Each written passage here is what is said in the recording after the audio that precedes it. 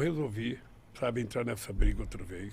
Eu não posso ficar quieto, sabe, com tanta gente precisando de gente para lutar. Então o senhor vai se candidatar? Eu estou pensando, por isso que eu estou dizendo, em março... Tá tentando buscar isso aí, a resposta aí. Querendo saber. Em março eu vou decidir, porque depende de muita coisa, sabe, depende de muita coisa. Não é só eu quero ser candidato, porque comigo tem uma coisa mais séria que eu não posso mentir para o povo brasileiro. Sabe, qualquer um que é candidato pode contar a mentira que quiser. O cara nunca fez, o cara vem aqui e fala, eu vou fazer isso, fazer isso, fazer isso. Não fala assim? Uhum. Eu não posso fazer isso. Eu tenho que fazer mais do que eu já fiz. Porque eu tenho um legado. Eu tenho um legado. Eu tenho um conjunto de obras feitas nesse país. Eu vou te contar um número para você ficar assustado. Sabe, durante o nosso governo, nós colocamos 52 milhões de hectares de terra para fazer reforma agrária. 52 milhões de hectares de terra é 51% de tudo que foi feito de distribuição de terra nesse país desde que o país foi descoberto. Sabe? Eu estou dizendo isso porque o que nós fizemos foi muita coisa. Muita. Você não tem noção. A transposição do Rio São Francisco era para ser feita em 1846. Presta atenção, 1846. Você não era nascido, Igão. Nem meus pais. 1846. E nunca pôde fazer, nem no tempo do imperador pôde fazer.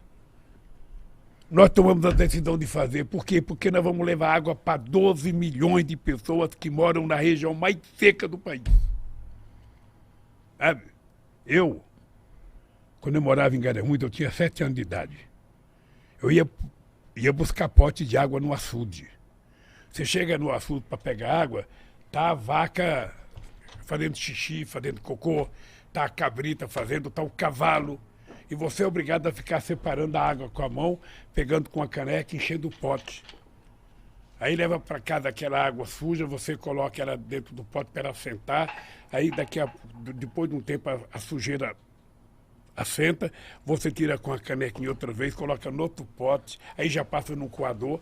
A gente nem sabia ferver a água, nem sabia, não tinha cultura de ferver a água. Aí você pegava esquistossomose com muita facilidade, porque tinha caramujo na água.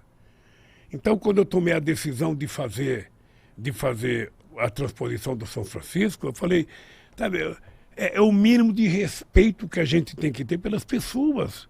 É o cara ter o direito de tomar um copo d'água decente, limpa. Sabe? Então nós fizemos, e eu dizia, isso aqui não é gasto, isso aqui é investimento. Porque no Brasil é assim, tudo que é por rico é investimento, tudo que é por pobre é gasto. Verdade. Tudo que é por pobre é gasto. Por rico você pode fazer o que você quiser, investimento. Agora, por pobre, sabe, uma injeção que você dá é gasto. Um comprimido que você dá para a mulher é gasto. Então, eu aprendi que se eu voltar, eu vou ter que trabalhar muito mais do que eu já trabalhei, porque tem que fazer muito mais, porque eles estragaram o Brasil. Eles destruíram o Brasil. E eu tenho que voltar com vontade de fazer muito mais. Por isso que eu pretendo fazer as coisas, sabe? Eu queria saber como que o senhor perdeu o dedo. Esse dedo aqui eu tinha 17 anos. Foi na Metalúrgica Independência. Essa metalúrgica fazia botão de cofre, fazia puxador de porta e tinha uma prensa que estava prensando as peças e quebrou um dispositivo, eu fiz um parafuso e fui colocar. Quando eu estava colocando, o cara trabalhava de pé, o braço da prensa, a prensa movimentava assim. E esse cara acho que deu uma cochilada e soltou a mão da prensa. Aí a prensa fechou, eu estava com a mão, puxei. A minha sorte é que eu abri a mão e ficou só o dedinho. Nossa, mano. Amassou aqui. Sabe? Eu acho que se fosse hoje, o médico deixava um toquinho. Mas naquele tempo, peão, 4 horas da manhã, fedendo a óleo, a mão cheia de graxa, eu quero fazer peão mesmo, para que esse toquinho aqui arrancou tudo logo assim, ó. E eu fiquei assim. Doeu muito? Hein? Doeu muito? Doeu, porra. Nossa, cara. Deixa eu dar uma marteladinha no teu dedo pra você ver como dói. Não deixa Dói, eu dá pensar. dor de barriga. Nossa. Dá dor de barriga. E você viu a cirurgia arrancando? E o cara deu anestesia e arrancou. Você nem virou o olho, você ficou olhando? É lógico. Eu não ia conseguir, É não consigo lógico. ver nem a vacina. Não. Tem anestesia geral, não. O cara dá uma anestesia aqui no dedo e. Sabe? Cuidar de peão não precisa muito cuidado, não. Os caras vão. Eu fico pensando, era quase 3 horas da manhã. Sabe, num pronto-socorro, um peão, fedendo a óleo, macacão cheio de graxa, o cara fala, vou cuidar desse cara bem. Porra, tá aí. Mas, Lula, como que tá você, sua equipe, o PT em relação a isso? Porque a gente, meros mortais, a gente tá olhando o governo agora, tá tipo, mano, o que tá acontecendo, sabe? Aconteceu o Covid e as vacinações. Só um milagre. E etc. Então, tem muita gente que tá desesperado, tem muita gente que não tá botando mais fé, que tipo, mano, o Brasil já era. A gente quer uma solução, sabe? A gente quer, porra, quer olhar... Motivo pra acreditar, né? A gente quer um motivo pra acreditar, a gente quer o Brasil bem, cara, sabe? Ô, Mitica, é porque nós não temos governo. Você vai já Vamos pegar a pandemia como exemplo que você falou, Mitico. O que você, se fosse presidente, você, Mitico, se fosse presidente Vacina. e fosse uma pessoa séria, deveria fazer? Bom, você não é obrigado a entender de porra nenhuma, correto? Ele já fala que não entende de porra nenhuma mesmo. Mas você, então, chama o seu ministro da Saúde, convoca um grupo de cientistas, que nós temos muitos cientistas bons, sabe? Convoca os secretários de saúde dos estados, você cria um comitê de crise, e esse comitê de crise passa a orientar a sociedade brasileira. Então, toda vez que for para a televisão, o comitê de crise está dizendo, olha, isso tem que fazer. Tem que comprar vacina. A vacina é muito importante, então tem que comprar vacina, vamos gastar o que tiver que gastar para comprar vacina. Tem que usar máscara, é obrigado a usar máscara. Você precisa efetivamente parar de participar de balada, parar de sabe, querer fazer festinha. Não dá, cara. Você tem que viver a vida inteira, mas não perca a sua vida. Se você tivesse um governo sério, isso teria acontecido. Agora você tem um governo que achou que era uma gripezinha, você tem um governo que achou que usar máscara virava homossexual, você tem um governo que acha que tomar vacina vai virar AIDS, sabe? Então você tem um psicopata, sabe, mentindo para o país com fake news todo dia, não é normal. Então, nós precisamos recuperar a esperança. Você veja uma coisa, eu fui agora para a Europa. Eu fui só para mostrar para essa gente como é que o Brasil pode ser governado. Você mostrar que o Brasil é um país respeitado, o Brasil é grande. O Brasil tem 215 milhões de habitantes. Quando eu estava no governo, o Brasil era a 6ª economia do mundo, o Brasil agora é a 13ª economia do mundo. O Brasil tinha muito respeito, a China respeitava o Brasil, a Rússia respeitava o Brasil, os americanos respeitavam o Brasil. Agora, quem que respeita o Brasil? Ninguém quer vir aqui conversar com esse cara. Esse cara vai para a reunião, ninguém conversa com ele. Ou seja, então o povo brasileiro fica desesperado, porque ele não se sente representado. E esse cara só sabe fazer gesto de arma.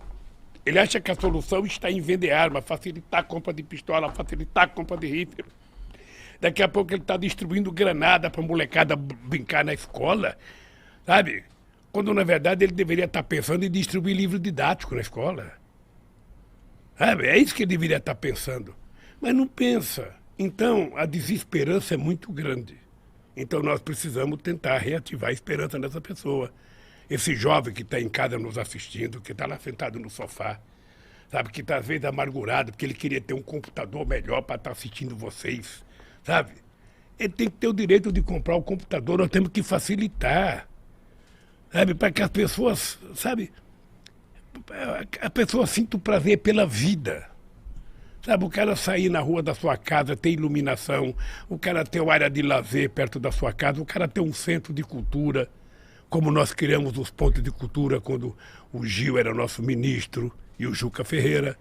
Sabe, essa minada, essa gurizada que tem 16, 17 anos, 18 anos, essa molecada tem que gastar energia com coisa saudável. Sabe, não, mas não tem nada para ele fazer. Abre a porta de casa e vê a polícia tirando. Se colocar a cabeça para fora, toma um tiro. Sabe, todo mundo assustado, todo mundo com medo. Então, como é que a gente vai cuidar disso? Você me falando isso, Sabe? Aí me vem a vontade de te perguntar se você vai ser candidato. Porque a gente vê nas pesquisas, o único ser humano capaz de derrotar o Bolsonaro é o Lula, desde o primeiro turno, segundo turno, isso e aquilo, isso e aquilo. A sua indignação vai fazer o senhor ser candidato? Olha, eu tenho que tomar uma decisão até março. Porque, veja, eu tenho que pensar muito. Eu já fui presidente. Eu sou considerado, por todas as pesquisas, o melhor presidente da história do Brasil. Eu sou o presidente que mais fiz universidade na história do Brasil, que mais fiz escolas técnicas na idade do Brasil, nesse país. Quando nós assumimos o governo, o Brasil tinha 3,5 milhões de universitários. Quando nós deixamos, tinha 8 milhões de universitários. Nós criamos o ProUni para garantir bolsa para jovens pobres da periferia que não podiam estudar. Nós garantimos o FIES, sabe, com financiamento do Estado para garantir que filho de pobre que quisesse tomar dinheiro emprestado para pagar a universidade pudesse tomar. Sabe? Nós fizemos em 13 anos mais escolas técnicas do que foi feita de 1909, quando foi feita a primeira em Campo de Goytacazes, no Rio de Janeiro, até a hora que eu cheguei na presidência. Nós fizemos mais de 450 escolas técnicas contra 140 que eles fizeram no século. Sabe? E por que eu acreditava nisso? Eu acreditava nisso porque é o seguinte: eu tinha vontade de estudar, não conseguia estudar. Eu tinha que escolher, ou eu estudava ou eu trabalhava. Tá? Então, eu quero que o filho do trabalhador estude. Todo mundo nesse país tem o direito de ter a mesma oportunidade. Eu não sei se você vai ser melhor do que o Igão, ou se ele vai ser melhor do que você, Mitico. Também nunca. O que eu quero é garantir que vocês dois tenham a mesma oportunidade. Aí, para ter oportunidade, você tem que comer. Quem come vira inteligente. Quem come vira bonito. Obrigado. Sabe? Então, mas é verdade. Igão, então tá lindão. A fome é feia. Sim. Sabe? Então, veja, então eu fico pensando, eu só tenho uma razão para votar. É fazer esse povo outra vez voltar a comer. Eu tenho uma obsessão. Eu fui comer pão pela primeira vez com 7 anos de idade. Caralho. Tá? O meu café de manhã era uma cuia de farinha de mandioca com café preto. Tá? Pão era quando estava doente. Então, eu levava marmita quando eu trabalhava na Vilares, às vezes não tinha nem um ovo para colocar dentro, era só feijão e arroz. Eu tinha que comer na fábrica escondendo para ninguém ver que eu não tinha mistura. Então, só tem sentido eu votar se eu garantir que esse povo volta a comer todo dia. Todo mundo tem que tomar café, almoçar e jantar todo dia. Não dá para você fazer diferente. Todo filho de trabalhador da periferia tem direito de disputar uma vaga na universidade. Acabar com essa mentalidade escravocrata. São 350 anos de escravidão que ainda permanece na cabeça das pessoas. O ódio porque o pobre tem ascensão. O ódio porque o pobre vai para o centro de São Paulo, vai para o Ibirapuera. Sabe? O pobre não pode andar de avião. É preciso acabar com essa imbecilidade. O pobre é gente. Não o pode pobre é um ser humano. E ele tem o direito de ter o que ele quiser, de ter ascensão. Sabe? O pobre pode comer camarão? Hein? Pode e deve. Até porque é ele que pega. É ele que pega o camarão, é ele que constrói o carro, é ele que faz a roupa que você está vestindo, sabe? Então ele tem direito de ter as coisas que ele produz, pô. E não é difícil. Posso dizer para vocês, pela fé que eu tenho em Deus, não é difícil.